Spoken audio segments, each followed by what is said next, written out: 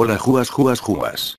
Este creepypasta es muy largo, esta leyenda, muy poco conocida por ser propia de la pequeña ciudad ucraniana de Obruch, es una de esas leyendas tan jóvenes surgió a finales de los 90 que recién acaban de superar el ámbito del rumor urbano.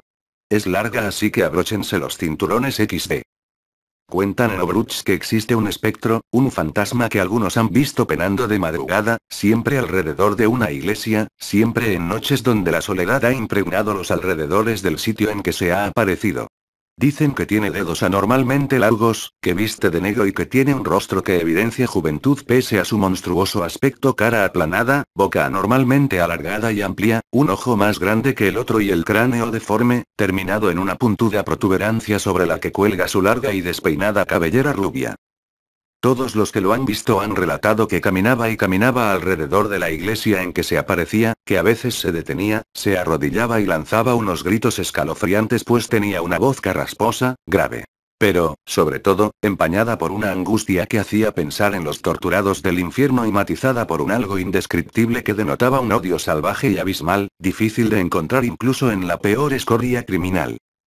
Pero lo más curioso de todo es que jamás ha sido visto antes de la 1 de la madrugada y que siempre, en todas sus apariciones, no ha habido nadie o prácticamente nadie cerca de la iglesia elegida. Es como si no quisiera ser visto, como si evitara dar a conocer su identidad. Además se cree que solo se manifiesta cuando no hay luna. Quienes han tenido el valor de acercarse le han contado que el espectro salía de su abstracción. Todos dicen que siempre estaba como absorto en sus pensamientos, que se volteaba, rugía potentemente, se tiraba al suelo delante del testigo, miraba hacia arriba con gesto agonizante y, después de que sus ojos se volvían completamente negros, su cuerpo translúcido se llenaba de fuego y el espectro desaparecía entre alaridos de dolor. Su oscuro origen. Nada cierto se sabe sobre cómo empezó todo. No obstante, no más de 5 años tuvieron que pasar desde el inicio de las apariciones para que una versión sobre su origen se hiciera conocida y terminase siendo aceptada como real. Nota introductoria: para entender el supuesto origen de la leyenda, en 1986 se dio la famosa tragedia de la central nuclear de Chernóbil. Fue el accidente nuclear más grave de la historia. Pripyat y Chernóbil se convirtieron en ciudades fantasmas, 172 pueblos fueron desalojados y unas 90.000 personas tuvieron que ser redistribuidas por toda Ucrania. Se declaró entonces una zona de exclusión, unas zonas con control permanente y otras con control periódico, todo dentro del área afectada por la radiación, área en la cual ciertas localidades, tales como Obruch, no fueron lo suficientemente afectadas como para ser desalojadas o sometidas a controles. Origen de la leyenda: inmediatamente después de la tragedia de Chernóbil, unas cuantas familias emigraron a Obruch en busca de una nueva vida. No obstante, cuentan que a inicios de los 90 una viuda madre de 5 hijos llegó tras haber sido expulsada de Pripyat, una ciudad fantasma que fue declarada parte de la zona de exclusión que el gobierno soviético, en ese entonces Ucrania era parte de la URSS, decretó tras el desastre nuclear. En otras palabras, la mujer y sus hijos habían estado viviendo en Pripyat sin que los controles los detectaran, lo cual no es muy difícil de creer teniendo en cuenta que, incluso en la actualidad, existe la leyenda urbana de que en Pripyat vive gente. Según dicen, al llegar a Obruch la mujer y sus hijos fueron conducidos a la casa de un tío, donde llevaron una vida relativamente normal hasta lo ocurrido a comienzos de 1996. Solo 2 detalles hacían que su vida no fuera completamente normal. El primero, que nunca se vio salir a la calle al menor de los 5 hijos, únicamente se vio a los otros 4. El segundo, que de vez en cuando se escuchaban gritos de dolor provenientes de la casa. Sin embargo, en cierta fría madrugada todos los vecinos del barrio se despertaron tras oír gritos en una casa. Los odio, los odio. Era lo único que todos recuerdan escuchar, aparte de unos cuantos chillidos de angustia, las detonaciones de una escopeta y los estoy ardiendo.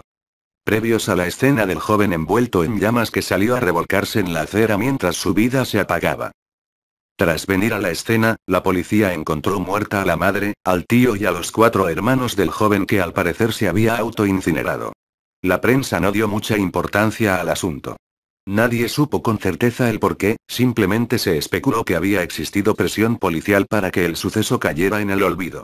Algunos vecinos le habían dicho a la policía que a veces habían oído gritos de dolor provenientes de la casa. Alguien incluso afirmó escuchar una vez lo siguiente: mi cuerpo se quema, todo es tu culpa por quedarnos en Pripyat, vieja estúpida. No obstante, la policía le restó importancia creyendo que era un simple individuo en busca de protagonismo.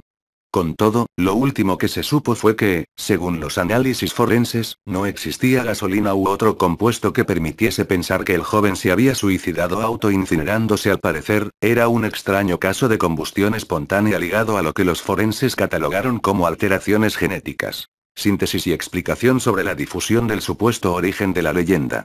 En suma, la versión sobre el origen del espectro dice que él era el mismo joven que sufrió combustión espontánea ese día, que lo monstruoso de su cara se explicaba por alteraciones genéticas que solo él y no sus hermanos desarrolló mientras vivió en Pripyat a espaldas del gobierno soviético, que había matado a su madre porque la culpaba de sus mutaciones y del ardor que sentía en su cuerpo, que mató al resto de la familia porque se sentía rechazado y había acumulado odio y, finalmente, que penaba cerca de iglesias porque estaba lleno de remordimiento y deseaba el perdón divino.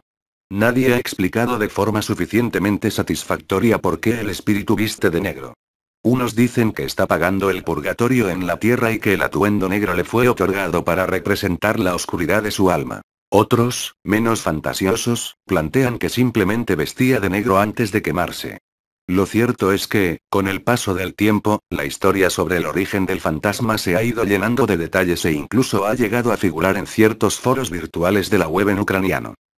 Bueno, hasta aquí el creepypasta, saludos.